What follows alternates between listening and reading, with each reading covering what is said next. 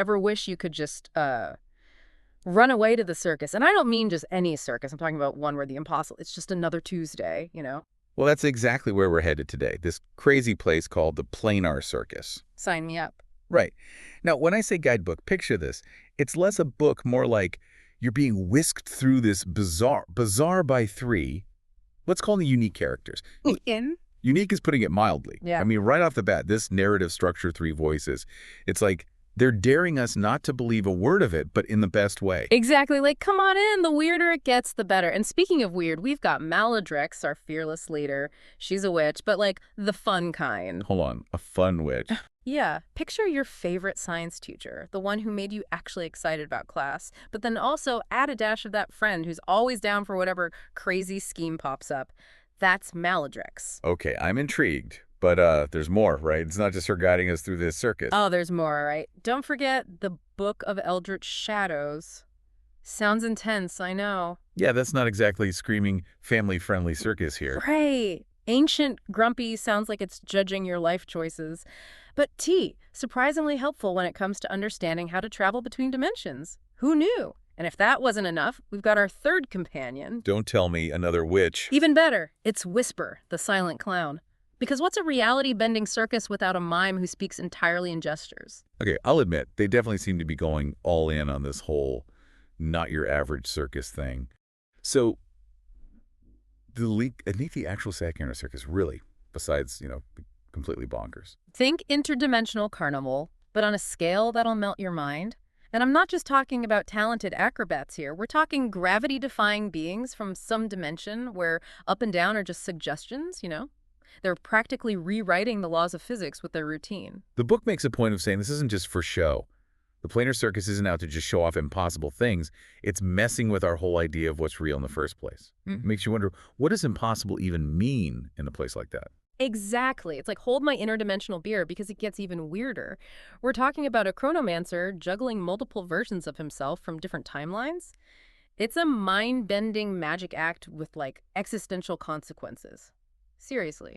And this is where it gets really interesting. The book suggests that the Planar Circus isn't just some random venue. It might actually be influencing these interdimensional pathways, like it's shaping the fabric of reality itself. Okay, yeah, now my brain's officially doing backflips. But if this circus is basically in charge of reality, how does it all work? Like, what kind of cosmic forces are we talking about? So we've got this mind-blowing, reality-bending circus, right?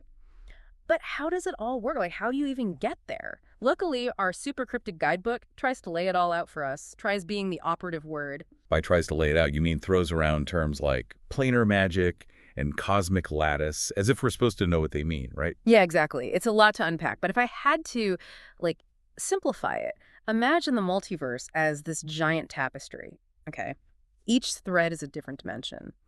And the planar circus, it's weaving those threads, creating those pathways, portals, the whole shebang. And here's where things get really wild.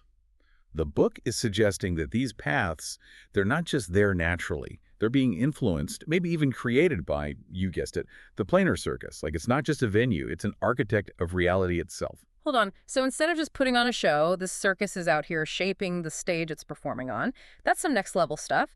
But then the question becomes, who or what is calling the shots? What's the end game here? That's the million-dollar question, isn't it? The guidebook mentions this mysterious figure, the circus master, naturally. But it never really spills the tea on who they are or what they're really after. The ultimate magician keeping their secrets, well, secret. Classic.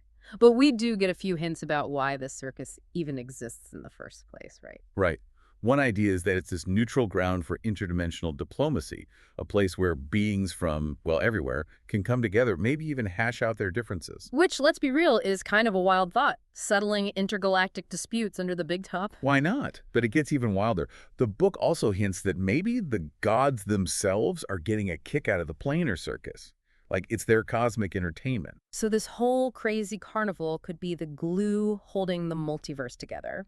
Or it's just a playground for beings way more powerful than us. Either way, I'm hooked. But enough about the cosmic implications, right? Let's get to the good stuff. The guidebook actually gets into some of the attractions at this circus, and let me tell you, they are out there. We're talking about stuff that makes the weirdest Earth circus look totally tame. We definitely don't have time to go through everything, but we did want to hit a few highlights, the ones that made us go, wait, what? We have to see that. And trust us, listener, you won't find these anywhere else. All right, so we're back, ready for more Planar Circus. We've talked about the crazy attractions, the cosmic what-ifs, but what about the people? Who's running this whole mind-blowing show? This is where the guidebook goes from interesting to, like, let me think about this for a minute. It's not just about the acts themselves. It's the whole ecosystem of this place. Right. We're talking performers, workers, even the audience. It's like this interdimensional melting pot all drawn to this spectacle. Like the freeform acrobats, for instance. They're not just good, they're pushing the limits of physics with those gravity-defying routines. Basically, forget everything you thought you knew about how bodies move, and then they go and twist themselves into knots I didn't even know existed. And you said clowns were creepy. Oh, we're getting to the clowns. They've got their own whole deal, the Cosmic Clown Society. Yeah. But these aren't your average birthday party clowns. Yeah, no kidding. They take that whole laughter is the best medicine thing to, well, another dimension. Literally. The guidebook actually suggests they use humor to smooth over cultural differences, even calm down tense situations. Like intergalactic diplomats in clown shoes. And of course, no self-respecting circus is complete without a healthy dose of illusion, right? That's where the illusionist enclave comes in. Oh yeah, these masters of deception, they'll have you questioning every single thing you see. Their whole thing is reality. We made that. And the crazy part is, in the planar circus, they might be right. The line between what's real and what's an illusion is, well, let's just say it's blurry. It really makes you think. Everyone there, from those amazing performers to the people watching, they're all part of this huge cosmic play. And that's where things get really meta. The book suggests that by reading it, by letting ourselves get pulled into these stories, we become part of the audience too. So it's not just a circus, it's an experience that breaks through dimensions, makes us question everything we thought we knew about reality. Which brings us back to that big question. What's the point? Why does this place even exist? Well, the book dances around a few possibilities. It hints that the planar circus might be what's keeping the multiverse in balance. Right, like maybe all this craziness, this interdimensional entertainment, it's serving some higher purpose. Maybe it's helping different realities understand each other, stopping fights before they begin. Who knows? Or maybe it's just a much-needed break from how chaotic the cosmos really is. Or, hey, maybe, just maybe, it's a reminder that in a multiverse with infinite possibilities, a little wonder, a little absurdity, it goes a long way. So tell me, if you stumbled across a ticket to this planar circus, ripped at the edges, glowing faintly, would you take the chance? Would you dare to see where the impossible actually leads?